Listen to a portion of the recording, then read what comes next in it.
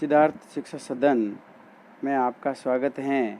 Class 9 subject गणित, chapter 15 probability यानी पर्याप्तता की एक्सरसाइज वही 15.1 को कुछ और प्रश्नों को हल करने के बारे में हम पढ़ेंगे आज।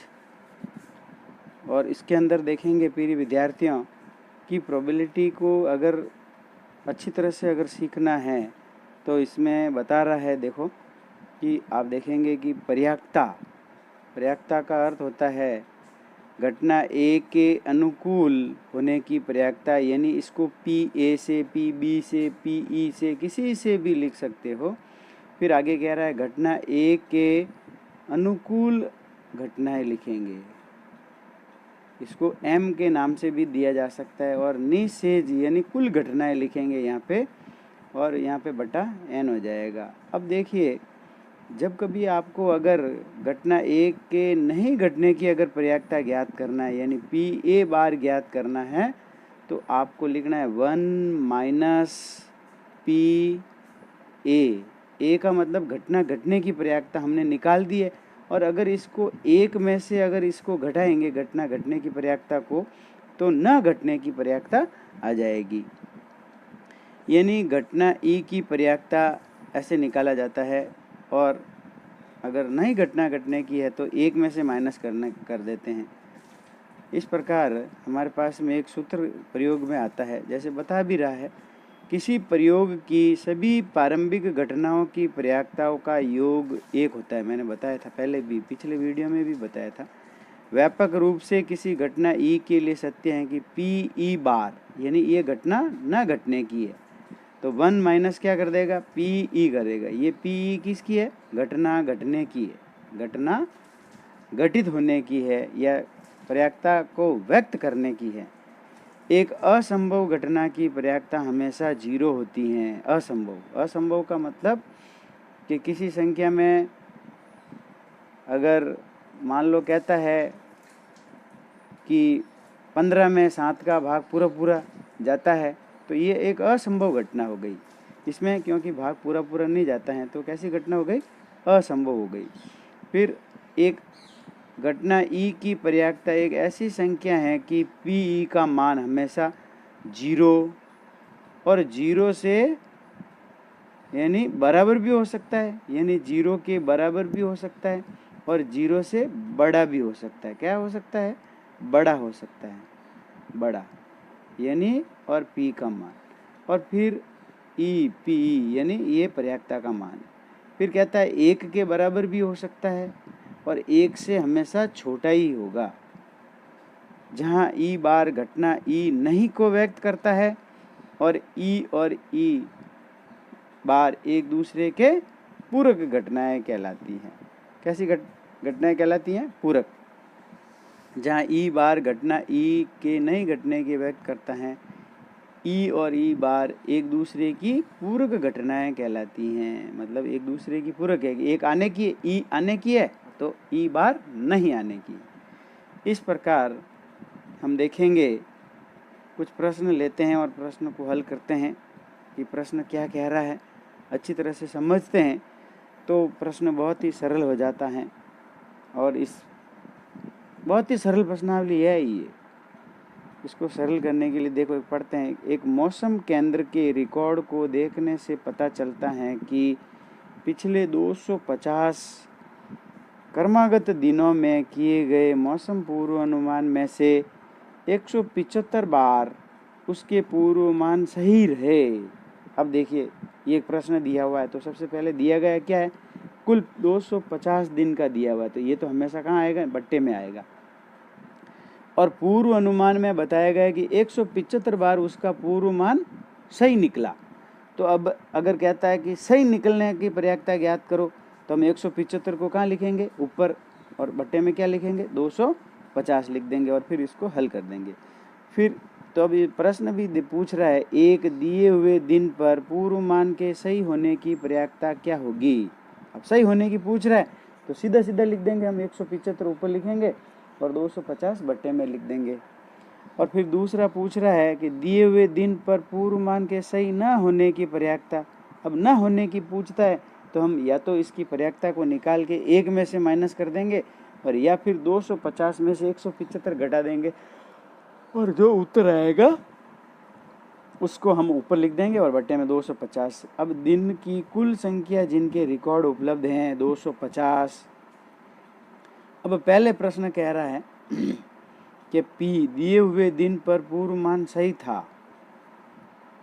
उन दिनों की संख्या जिस दिन का पूर्वानुमान सही था उन दिनों की कुल संख्या जिनके रिकॉर्ड उपलब्ध है। अब देखिए हम इसको निकालेंगे तो हम यहाँ पे संख्या लिख देंगे, जो दी हुई है वो लिख देंगे 175 बटा 250। अब देखिए इसमें ये 5 के पहाड़े से विभाजित हो रही है तो हम 5 के पहाड़े से विभाजित कर देंगे। 5 3 15 और 5 25, फिर 5 के पहाड़े से करेंगे तो 50, फिर ये अब देखो फिर 5 के पहाड़े से विभाजित हो रहा है तो 5 और 7 35 और 5 एकम 5 बटा 7 बटा 10 आ जाएगा। देखो अंश में संख्या कैसे आ रही है, छोटी, और हर में संख्या कैसे आ रही है, बड़ी। इसका मतलब अपने उत्तर बिल्कुल राइट है। इसको चाहो तो दशमलव में भी बदल सकते हो। 10 यानी मतलब 1 0 लगा हुआ है तो एक संख्या छोड़ के पॉइंट लगाएंगे तो 0.7 आ जाएगा।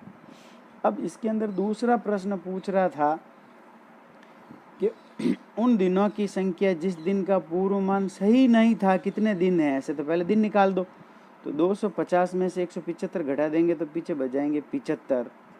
अतः पी दिए हुए पूर्वानुमान सही नहीं था, अर्थात 75 बटा कितने हो जाएंगे 250, और इसको भी 25 के पहाड़े से काटेंगे तो 25 से कम 25 और 0 आ जाएगा। फिर 25 के पहाड़े से काटेंगे तो 3 आ जाएंगे, यानी 3 बटा 10 भी लिख सकते हो या फिर 0.3 भी लिख सकते हो। अब देखिए ध्यान दीजिए, वापस उत्तर की जांच करने के लिए हम देखेंगे कि हम जब उत्तर की जांच करेंगे तो आ जाएगा हमारे पास में, उत्तर की जब हम जांच करेंगे तो आ जाएगा, अतः पी दिए हुए दिन का पूर्वानुमान सही था और पी दिए हुए पूर्व अनुमान सही नहीं था। इस दोनों की पर्यायता की हम योग करेंगे। तो इस पर्यायता का हम योग कर रहे हैं तो बट्टे में भी लिखे कर सकते हैं, यानी 7 बटा 10 प्लस 3 बटा 10। इसकी जोड़ करेंगे, हर बराबर है तो अर्थात 10 ऐसे कैसे लिख देंगे और 7 और 3 जोड़ेंगे तो 10 आ जाएंगे। 10 का भाग 10 में जब देंगे तो 1 बार आ जाएगा, अर्थात इसकी हमने जोड़ करी तो उत्तर कितना आ रहा है 1। पॉइंटों की जोड़ कर सकते हो, बट्टे की जोड़ कर सकते हो, तो दोनों का उत्तर 1 आ रहा है। इसका मतलब हमने घटना घटने की पर्यायता और घटना न घटने की पर्यायता, यानी पूर्वानुमान की सही की पर्यायता और पूर्वानुमान सही नहीं की पर्यायता हमने ज्ञात कर ली है और हमें उत्तर प्राप्त हो गया। इसी प्रकार एक अगला प्रश्न है, टायर बनाने वाली एक कंपनी तय की गई उन दूरियों का रिकॉर्ड रखती है जिसके पहले टायर को बदल देने की आवश्यकता पड़ी। सारणी में 1000 स्थितियों के परिणाम दिखाए गए हैं, यानी कुल परिणाम कितने हो गए 1000। तो ये तो कहाँ लिखना है, बट्टे में, हर में लिखना है हमेशा, यानी बट्टे वाली जब संख्या लिखो तो हर में लिखना है और ऊपर जिसका पूछता है उसका आपको मान लिख देना है, तो फिर उत्तर आ जाएगा। फिर आगे बता रहा है कि इसी प्रकार दूरी किलोमीटर में है और 4000 से कम 20 बारंबारता है, 4000 से 9000 तक की 210 है, 9001 से 14000 तक की 325 है और 14000 से अधिक की 445 है। अब प्रश्न क्या पूछता है इसको समझना है। यदि आप इस कंपनी में से एक टायर खरीदते हैं तो इस बात की पर्यायता क्या होगी कि 4000 किलोमीटर की दूरी तय करने से पहले ही इसे बदलना आवश्यक होगा, अर्थात इसकी पर्यायता बारंबारता कितनी होगी 20 होगी, तो हम 20 के अनुसार हम हल कर देंगे। फिर कहता है यहाँ दूसरा प्रश्न कहता है कि 9000 किलोमीटर से अधिक दूरी तक चलेगा, यानी 9000 से अधिक इसमें बता रहा है, तो इसमें हम ये 325 काम में लेंगे। फिर कहता है 4000 किलोमीटर और 14000 किलोमीटर के बीच की कोई दूरी तय करने के बाद इसे बदलना पड़े, तो हम ये दोनों दूरियां काम में लेंगे, क्योंकि 4000 से ज़्यादा ये है और 14000 से कम ये है, तो दोनों को जोड़ देंगे और फिर बट्टे में लिख देंगे। अभी देख सवाल एक एक हल करते हैं आसानी से समझ के, तो बहुत ही सरल। समझेंगे तो। जैसे अभी प्रयोगों की कुल संख्या कितनी हो गई? 1000। अब देखो पहला प्रश्न पूछता है कि उस टायर की बारंबारता जिसे 4000 किलोमीटर की दूरी तय करने से पहले ही बदलना आवश्यक है, कितनी है? 20। तो अब हम लिखेंगे, अर्थात P 4000 किलोमीटर की दूरी करने से पहले टायर बदलना आवश्यक हो गया, तो अर्थात 20/1000, 10 से 10 कट गया, यानी 2/100 आ गया। काट देंगे तो आ जाएगा 1/50। ये भी उत्तर लिख सकते हो, ऐसे भी बटे में भी लिख सकते हो। 1/50 अगर लिख दिया तो भी मैं राइट करूँगा। अगला कोई भी अगर इस कॉपी को भी चेक करेगा तो भी राइट करेगा। और इसको पॉइंट में बदलना है तो भी बहुत ही आसान। अगर देखो 2 हमारे पास में 100 आ गया, तो कितने जीरो लगे हुए हैं? हम ये देखेंगे कि 2 जीरो लगे हुए हैं। तो 2 संख्या छोड़ के पॉइंट लगा दीजिए। एक तो ये है ही है, 1 जीरो लगा दीजिए, फिर 1 पॉइंट लगा दीजिए, फिर 1 जीरो लगा दीजिए, यानी 0.02 आ जाएगा। इस प्रकार ये हमारे पहले प्रश्न का उत्तर आ गया। 1/50 लिखो या 0.02 लिखो, बात एक ही है। अब हम दूसरा प्रश्न लेते हैं। उस टायर की बारंबारता जो 9000 किलोमीटर से भी अधिक दूरी तय करेगा, अर्थात 325 और 445 जोड़ देंगे तो हमारे आ जाएगा 770। इसमें प्रश्न में देखो क्या कह रहा था, वापस पढ़ते हैं कि 9000 से भी अधिक दूरी तय करेगा, यानी 9000 से इसमें दोनों जोड़ना है, ये दोनों, क्योंकि इसमें बता रहा है कि 9000 से अधिक, तो 9000 अधिक इसमें भी है और 9000 से अधिक ये भी है, तो दोनों जोड़ना है आपको। तो जब आप इसको दोनों को जोड़ेंगे तो हमारे उत्तर आ जाएगा 770। और फिर अगर इसकी पर्याप्तता निकालनी है तो हम लिखेंगे 770/1000। 1000 क्यों लिख रहे हैं? क्योंकि कुल परिणाम तो 1000 ही है। ये लिखी हुई संख्या ये तो टायर बदलने का नियम बता रहा है, लेकिन परिणाम तो 1000 ही है टोटल। अब 10 से 10 काट देंगे, फिर आ जाएगा 77/100। तो 77/100 किसी पाड़े से नहीं कटता है, तो ये भी उत्तर लिख सकते हैं, 77/100 भी लिख सकते हैं, या इसको पॉइंटों में भी बदल सकते हैं, तो आ सकता है 0.77। क्या आ सकता है?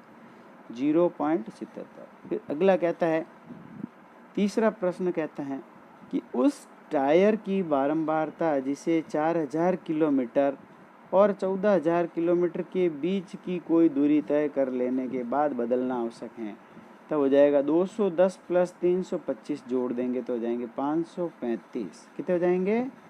535। अतः 4000 किलोमीटर और 14000 किलोमीटर के बीच की कोई दूरी तय करने के बाद टायर बदलना आवश्यक है, तो आ जाएगा 535/1000।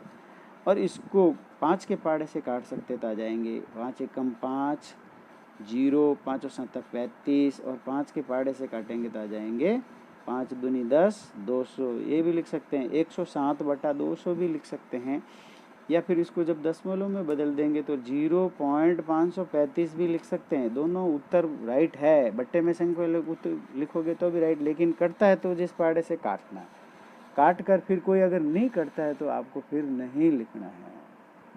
तो इस प्रकार ये आपको ध्यान देना है और ध्यान देकर फिर इस प्रश्नों को अच्छी तरह से हल करना है। फिर इसी प्रकार से एक और प्रश्न लेते हैं और उसको समझते हैं, तो फिर आपको प्रश्न अच्छी तरह से समझ में आ जाएगा। और इस प्रश्न को अच्छी तरह से समझेंगे तो फिर आपको कोई समस्या नहीं आएगी। जैसे एक प्रश्न कह रहा है कि बीजों के 5 थैलों में से प्रत्येक थैले में 50 बीज यदृच्छा चुनकर उन्हें एक ऐसी मानकीकृत अवस्थाओं में रखा गया है जो अंकुरण के अनुकूल हैं। 20 दिन बाद प्रत्येक संग्रह के अंकुरित बीजों की संख्या गिनकर नीचे दर्शाए अनुसार एक सारणी में लिखते हैं। एक थैला है, जैसे पहला थैला है, अंकुरित बीज की संख्या 40 है, दूसरे थैले में 48 है, तीसरे में 42 है, चौथे में 39 है और पाँचवें में 41 है। इस प्रकार हमने लिख दिया। अब एक एक प्रश्न देखते हैं। निम्नलिखित बीजों के अंकुरण की क्या प्रयासता होगी? एक थैले में 40 से अधिक बीज है। अब देखिए, एक थैले में अगर 40 से अधिक, और फिर कहता है कि एक थैले में 49 बीज है, फिर एक थैले में कहता है 35 से अधिक बीज है। तो अब देखो थैलों की कुल संख्या कितनी हो गई हमारे पास में? 5 हो गई। और इन 5 में भी हम देखेंगे कि पहला कह रहा है कि उन थैलों की संख्या जिनमें 50 बीजों में से 40 से अधिक बीज है अंकुरित हुए। तो अब देखो 40 से अधिक बीज किस में अंकुरित हुए, तो 48। उन थैलों की संख्या जिनमें 50 बीजों में से 40 से अधिक बीज अंकुरित हुए हैं वह है, देखिए इसमें से देख लेते हैं, 1, 2 और 3 कितने थैले हैं, इसका मतलब 48 है, 42 है और 41 है। ये कितने थैले हो गए आपके पास में, 3 थैले हो गए। तो अर्थात कुल 5 थैलों में से उन थैलों की संख्या के अंकुरित हुए 3, अतः P एक थैले में 40 से अधिक बीजों का अंकुरण हो गया 3/5।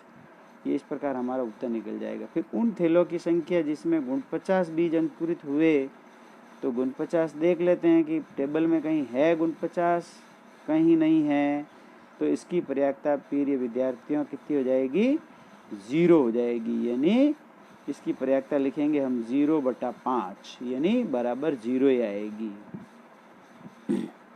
फिर अगला प्रश्न देखेंगे कि उन थैलों की संख्या जिनमें 35 से अधिक बीज अंकुरित हुए हैं, तो 35 से अधिक देख लेते हैं टेबल के अंदर के कितने हैं, कि सब 35 से अधिक है। इसका मतलब 5 थैले हो गए हमारे पास में। कितने थैले हो गए, 5 थैले, अर्थात इसकी पर्याप्तता हो गई 5/5 और उसका मान आ गया 1। इस प्रकार इनकी सभी की भी पर्याप्तता ज्ञात आसानी से कर सकते हैं। अब देखिए आगे एक प्रश्न दिया हुआ है, कहता है कि एक पासे के फेंकने पर सम अंक आने की पर्याप्तता ज्ञात कीजिए। तो एक पासे को फेंकने पर प्रिय विद्यार्थियों सबसे पहले तो ये देखेंगे कुल संभव घटना कितनी होती है, 6। अब सम अंक कौन से एक पासे में, कि 6 कौन से होते हैं, 1, 2, 3, 4, 5 और ये 6। अब इसमें से सम अंक 2, 4, 6 है, तो ये 3 अंक सम हो गए, अतः सम अंक आने की घटना हो गई 3।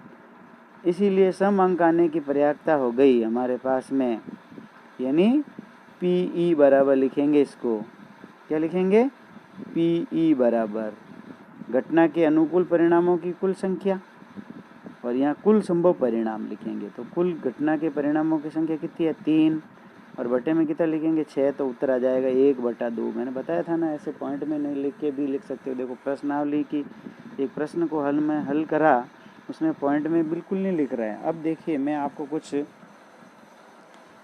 कुछ नियम बताता हूँ, उस नियम को आप ध्यान से देखेंगे।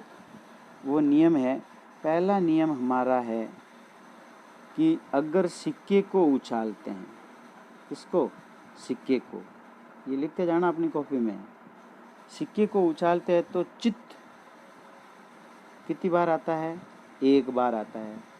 पट कितनी बार आता है, वो भी 1 बार ही आता है। और कुल इसके परिणाम कितने हो जाएंगे, कुल परिणाम हो जाएंगे 2।